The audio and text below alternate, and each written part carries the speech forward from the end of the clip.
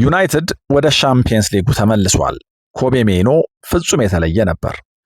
የዩናይትድ የመጀመሪያ አጋማሽ ብልጫ፣ የሊቨርፑል ድካምና የሰር አሌክስ ፈርጉሰን በድንገት ወደ ሐኪም ቤት መወሰድ ትኩረት የሚስቡ ነገሮች ናቸው። ሰላም የተወደዳችሁ የስፖርት 365 ዝግጅታችን ነው።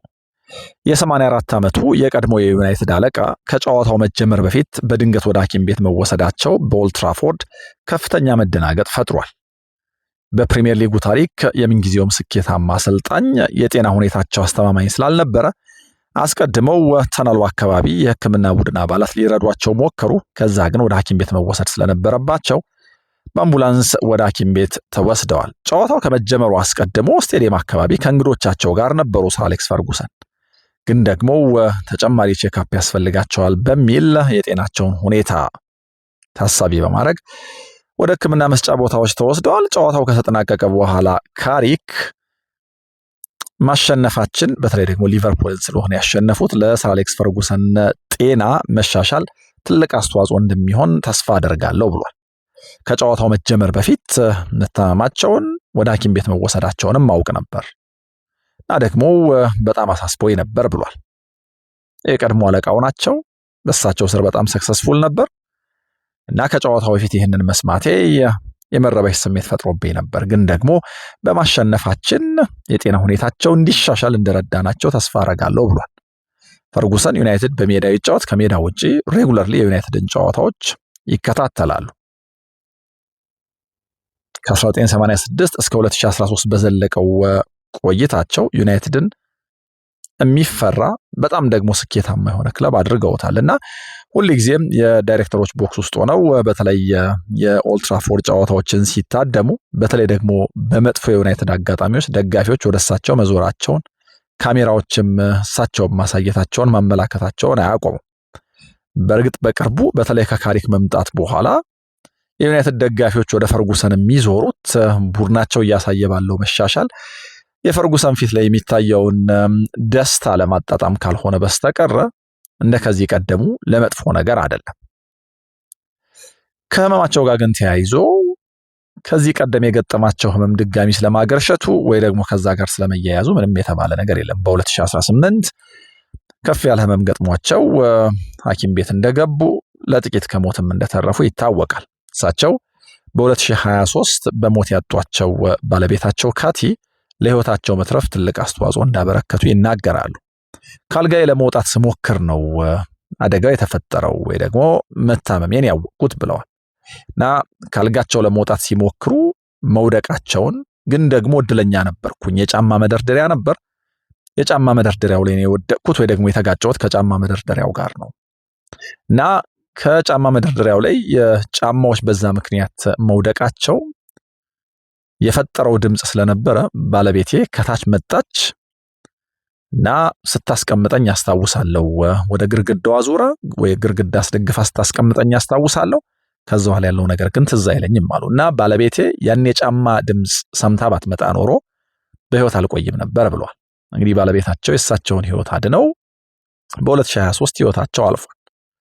ከዛ በኋላ ግን እዛ ቤት ውስጥ የመኖር ትዝታ መጥፎ ነገሮች ስላሉት ያንን ቤት ስለመልቀቅ እንደወሰኑ ሲናገሩ ሰምተናል።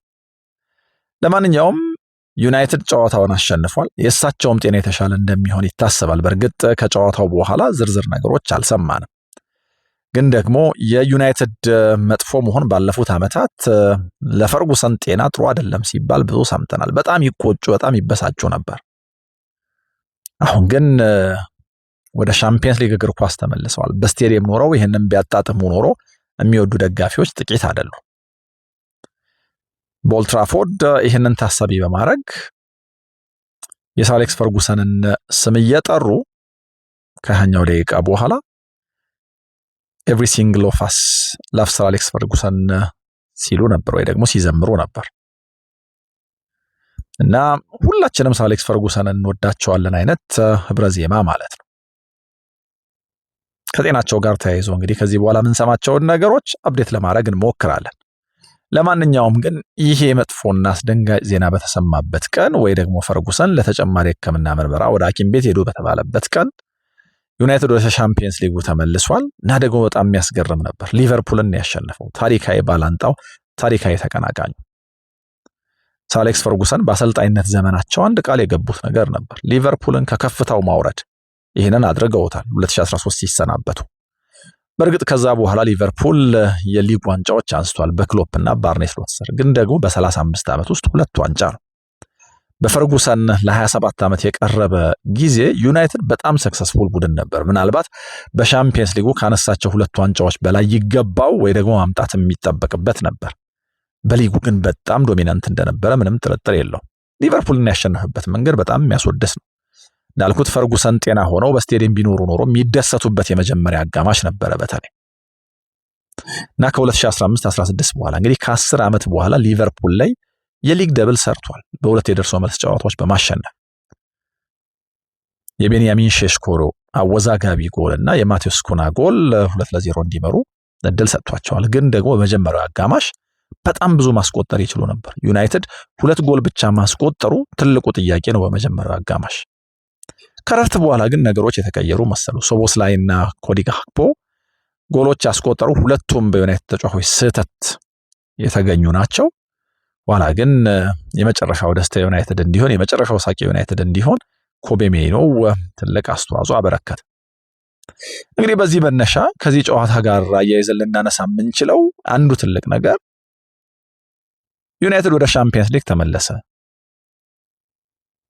እና ዩናይትድን እንደዚህ ባለ መንገድ ወደ ሻምፒየንስ ሊግ የመለሰው ካሊ ቋሚ አሰልጣኝ መሆን አይጠበቅበትም ወይ ነው።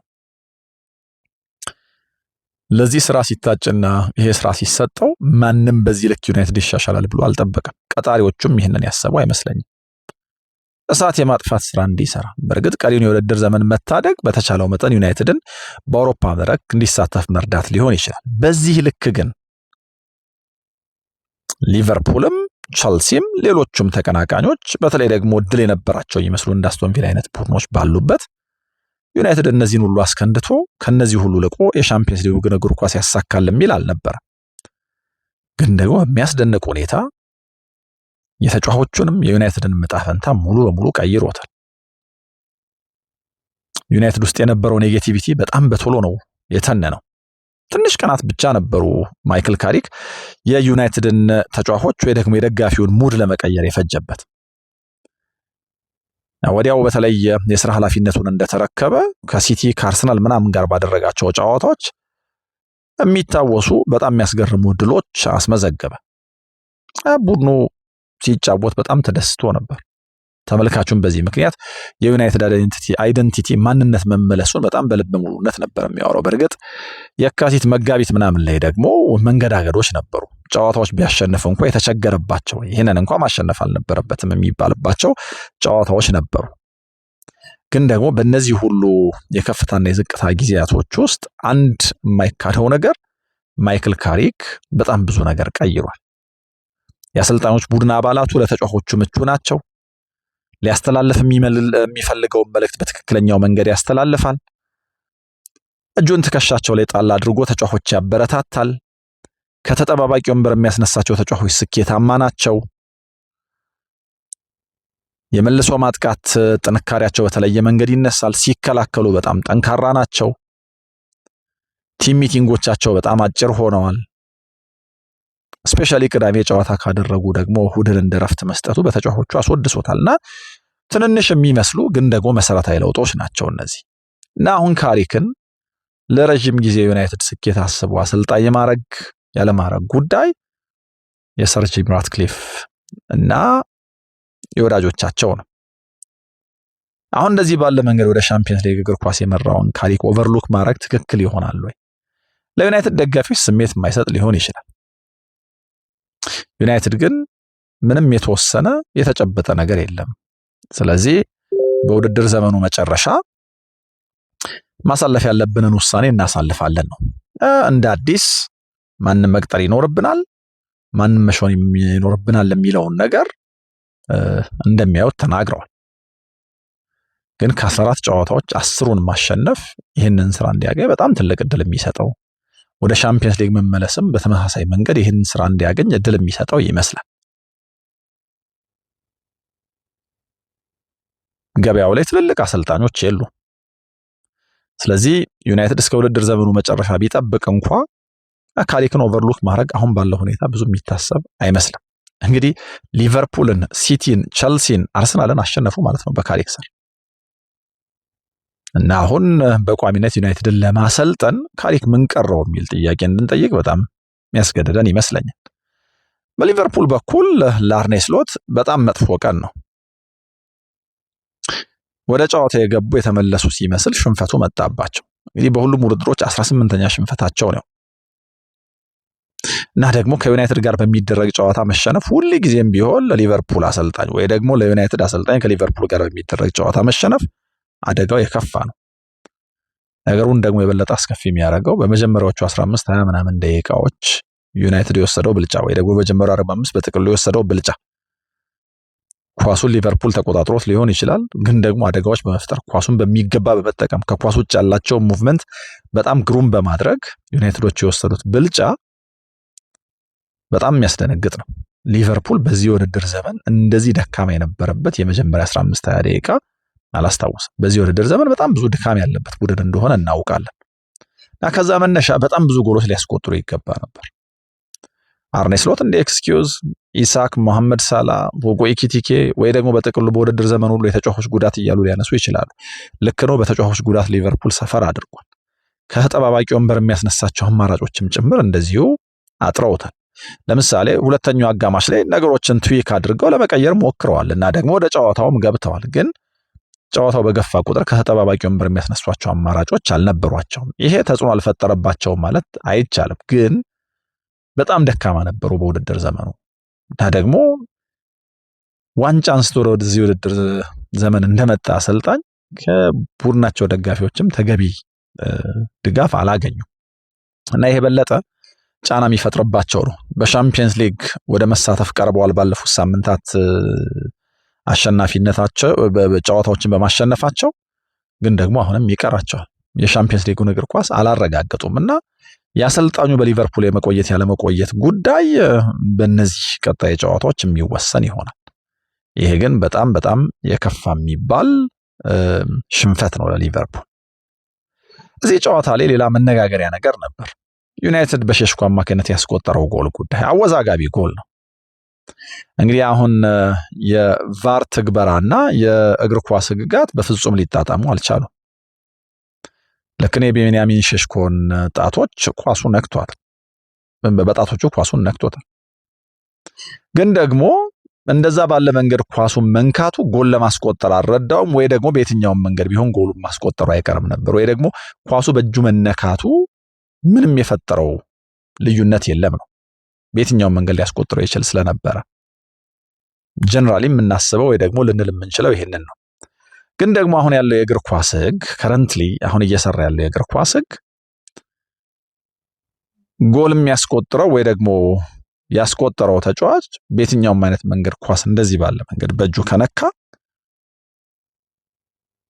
ጎሉ አይጸድቅም። ስለዚህ የቤንያሚን ሼሽኮ ጎል ከዚህ መነሻ ሊሻር ይችል ነበር ማለት ነው። ግን ደግሞ የቪዲዮ አሲስታንት ሪፈሪው ነገሩን በተመለከተ በግልጽ ሊያስቀምጥ የሞከረው ነገር አለ። በጣም በተለያየ መንገድ ከተለያዩ አቅጣጫዎች እንቅስቃሴውን ለማየት ሞክረዋል።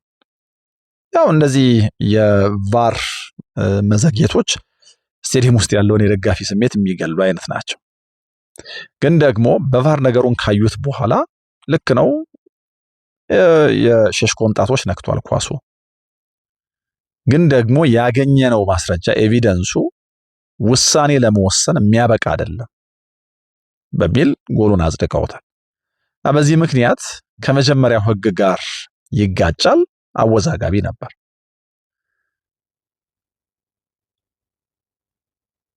ሌላኛው እዚህ ጨዋታ ላይ ሊነሳ የሚችለው ነገር ዩናይትድ ላይ የተቆጠሩትን 2 ጎሎች ታሳቢ ያደረገ መሆን አለበት።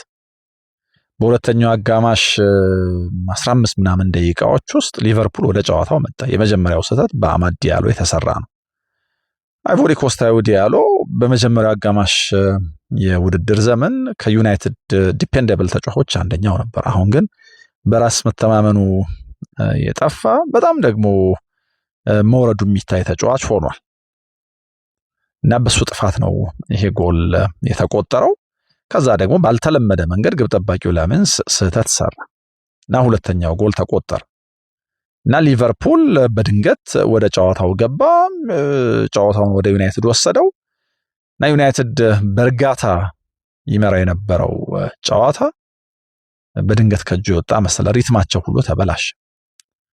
ግን ደግሞ ኮቤ ሜይኖ ያንን አስደናቂ ጎል አስቆጠረና ጨዋታውን ማሸነፍ ቻሉ። ሊቨርፑል ግን በጥቅሉ በጨዋታው ካሳየው በተለይ ደግሞ በመጀመሪያው አጋማሽ ካሳየው ድካም አንጻር ሽንፈቱ የሚገባው ነው ወይ ደግሞ ለዩናይትድ ማሸነፉ የሚገባው ነው ማለት እንችላለን። ዩናይትድ የመልሶ ማጥቃት ቡድን ነው ወይ ደግሞ እንደዛ ሲጫወት የበለጠ አደገኛ ነው። ካሪክ ከመጣ በኋላ ይህንን በምን አይነት መንገድ በኤክሰለንስ ሊጠቀመው እንደሚችል አሳይቶናል። ሊቨርፑል ለዚህ በጣም ተመችቶት ታይቷል። በተለይ ደግሞ ወደ ቀኝ አዘንብለው ይጫወቱ የነበሩት ፈርናንዴዝ፣ ምቤሞና ሼሽኮ በመካከላቸው በነበረው ልውውጥ ለሊቨርፑል ፈተና ሰጥተውታል እና ሊቨርፑል በጣም የተቸገረበት የመጀመሪያ አጋማሽ ነበር። እንዳልኩት ሁለተኛው አጋማሽ ላይ አርኔ ስሎት ነገሮች ለመለወጥ ሞክረዋል። የሰሩላቸውም ይመስል ነበር። የዩናይትድ የመጀመሪያ አጋማሽ ግን በጣም ግሩም ነው ሊባል የሚችለው ልንል የምንችለው ነገር ዩናይትድ ተጨማሪ ጎሎች ማስቆጠር ነበረበት ብቻ ነው እና በአመታት ውስጥ ሊቨርፑልን እንደዚህ ባለ መንገድ ዶሚኔት ያደረገበት የመጀመሪያ አጋማሽ አይተን የምናውቅ አይመስለኝም። ሊቨርፑል የበለጠ ኳሱን ይቆጣጠር እንጂ ብዙ ሙከራ በማድረግ ከሊቨርፑል የበለጠ በመሮጥ በመጀመሪያው አጋማሽ ላይ የተሻሉ መሆናቸውን አሳይተዋል። እና ደግሞ የፈርናንዴዝ ሮል እዚህ ውስጥ በጣም መሰረታዊ ነበር። በነገራችን ላይ አምስተኛ ቢጫውን ይመስለኛል ያየው። ስለዚህ ሰንደርላንዱ ጨዋታ ያመልጠዋል ማለት ነው። ይሄ ሪከርድ እያሳደደ ላለው ፈርናንዴዝ ጥሩ ዜና አይደለም።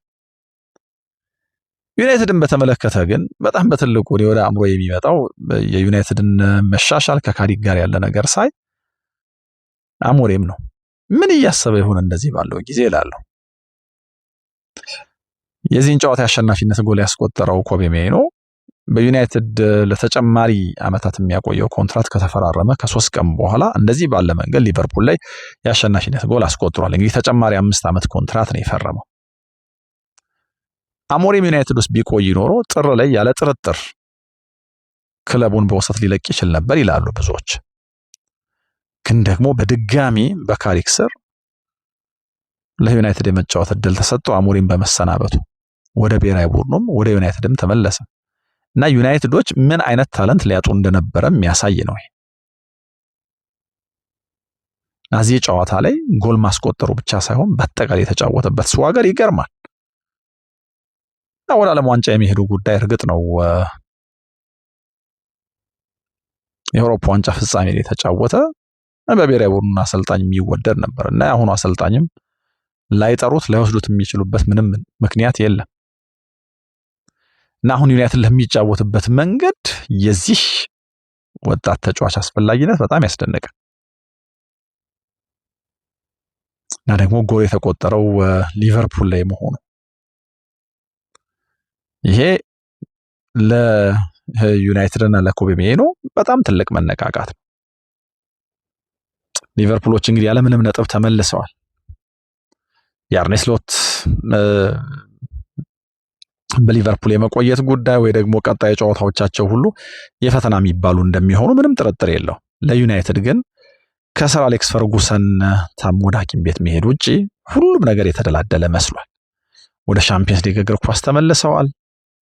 በድጋሚ ልክ ሰሞኑን ሲያደርጉት እንደነበሩት ተጨማሪ ጎል አስቆጥረዋል። ከዛ ደግሞ እንደ ኮቤ ሜይኖ ካለው ተጫዋቻቸው የአሸናፊነት ጎል አግኝተዋል እና ቡድኑ በጣም በብዙ መንገድ መሻሻሉ ታይቷል። አሁን ትልቁ ጥያቄ ዩናይትድ እንግዲህ አማካይ ክፍሉን እንደሚያጠናክር ምንም ጥርጥር የለውም። አጥቂ ይገዛል ተብሎ አይታሰብም። በእርግጥ ከወገብ በላይ ላለው ቡድኑ የሆነ አይነት ማጠናከሪያ ሊያደርግ ይችል ይሆናል በሆነ አይነት መንገድ ገበያ ላይ እንደሚያገኛቸው ተጫዋቾችና እንዳስፈላጊነቱ። ግን ትልቁ ፕራዮሪቲው አማካይ ክፍል ያለ ተጫዋች መግዛት ነው። የተከላካይ መስመሩም ላይ ተጫዋች ይገዛል ተብሎ አይታሰብም። የገዘፈው ጥያቄ ግን ካሪክ በዩናይትድ አሰልጣኝነቱ ይቀጥላል ወይ ነው። አሁን ባለው ሁኔታ ትልልቅ አሰልጣኞች ገበያው ላይ ስለሌሉ እና ደግሞ የሰራውንም ስራ ማናናቅ ስለሚሆን ዩናይትዶች የስራ ኃላፊነቱን የሚሰጡት ይመስላል። ግን ቅድም እንዳልኩት የውድድር ዘመኑ ሲያልቅ ሌሎች አሰልጣኞች ኢንተርቪው አድርገው ከስሜት ይልቅ ስሌትን አስቀድመው አሰልጣኝ መቅጠር ይመርጣሉ። ኢራዮላ እዚህ ኮንቨርሴሽን ውስጥ አለ ተብሏል። ከዛ ውጭ ግን ምርጫዎቻቸውን ብዙ ስላልሆኑ ውሳኔ ለመወሰን ባይጣደፉ እንኳን ማይክል ካሪክ ላይ ግን ሊጸኑ እንደሚችሉ ከወዲሁ ይታሰባልና በድጋሚ ዩናይትድ ወደ ሻምፒየንስ ሊግ ተመልሷል። በኦልድ ትራፎርድ የሻምፒየንስ ሊግ እግር ኳስ ይታያል። ዩናይትድ የሚመጥነው ይሄ ነው። የዩናይትድ ትክክለኛ ቦታ ይሄ ነው እና ይሄን በካሪክ ማሳካት ችሏል። አሞሪም እየመራቸው በዚህ ውድድር ዘመን እንደዚህ ብሎ ማሰብ በፍጹም አይቻልም ነበር። የሆነ ጊዜ የማይደረስ ነገር ይመስል ነበር። አሁን ግን ይህንን አሳክተውታል እና በጣም ብዙ ፖዚቲቭ ነገሮች አሉ። የተከላካይ መስመሩ እንደ ሃሪ ማጓየር ባለ ልምድ ተጫዋች ይመራል እና እንደ አይደን ሄቨን አይነት ወጣት ተጫዋቾች ምን ያክል ተስፋ እንዳላቸው እያየን ነው። ኮቤ ሜይኖ ተጨማሪ 5 ዓመት ኮንትራት ነው የፈረመው። ለረጅም ጊዜ ዩናይትድ ለማገልገል እድል ይሰጠዋል። ካስሚሮ ወደ 35 እየተንደረደረ በመጨረሻው ዓመት በጣም በጥሩ ብቃት ነው የሚጫወተው። ብሩኖ ፈርናንዴዝ ዩናይትድ በቀጣይ ሊያሳካ ለሚፈልጋቸው ነገሮች ሁሉ አሁንም መሰረታዊ እንደሆነ ተናግሮታል እና በጣም በተለየ ብቃት ሪከርድ ለመጋራትና ለመስበር የሚጫወትበት ዓመት ነው። በመጀመሪያ ውድድር ዘመናቸው ኩንሃ መቤሞ የሆነ ስትራግል ያደረጉባቸው ጊዜያቶች እንኳን ቢኖሩ ለቡድኑ ግን ማዋጣት የሚችሉትን ነገር አሳይተዋልና የዩናይትድ ሪክሩትመንት ወይ ደግሞ የዩናይትድ ፈራሚዎችና ቅጥሮች ከረጅም ጊዜ በኋላ ጥሩ መስለው ታይተዋል። ሀያዎቹ መጀመሪያ ላይ ያለው ቤንያሚን ሼሽኮ በመጀመሪያ ውድድር ዘመኑ ምን ያክል ፖቴንሻል እንዳለው አሳይቷል። ግብ ጠባቂው ላሜንስ በተመሳሳይ እና አሁን ዩናይትድ ቤት ውስጥ ነገሮች በጣም በበጎ መልኩ እየተቀየሩ እየሰሩ ያለ ይመስላል። ወደ ሻምፒየንስ ሊግ እግር ኳስ መመለስ ደግሞ ይህንን የበለጠ ያጠናክረዋል። ከክረምት ግዢዎቻቸውና በአሰልጣኝነት ከሚያጸኑት ወይ ደግሞ ከሚቀጥሩት ሰው ጋር ለቀጣይ ውድድር ዘመን የዩናይትድ ደጋፊዎች ተስፋ ያደርጋሉ። ዓላማው በ2028 የፕሪሚየር ሊጉን ዋንጫ ማንሳት ነው። ይሄ ጅምር በጎ ይመስላል። እዚህ ፋውንዴሽን ላይ ተመስርተው መቀጠል ይችላሉ ወይ? ትልቁ ጥያቄ ነው። አሁን ግን በጣም ትልቅ እርምጃ ተራምደዋልና ሁሉም ነገር ለዩናይትድ በበጎ እየሰራ ይመስላል። እናንተ ጨዋታው ላይ ምን ታዘባችሁ? ስለ ዩናይትድ ምን ሐሳብ አላችሁ? ወደ ሻምፒየንስ ሊግ ስለመመለሱስ ምን ትላላችሁ? አጋሩን። አብራችሁኝ ስለነበራችሁ ከልብ አመሰግናለሁ። ሰብስክራይብ፣ ላይክ እና ሼር እንድታደርጉ ደግሞ በአክብሮት ጋብዛለሁ። ሰላም ሁኑ።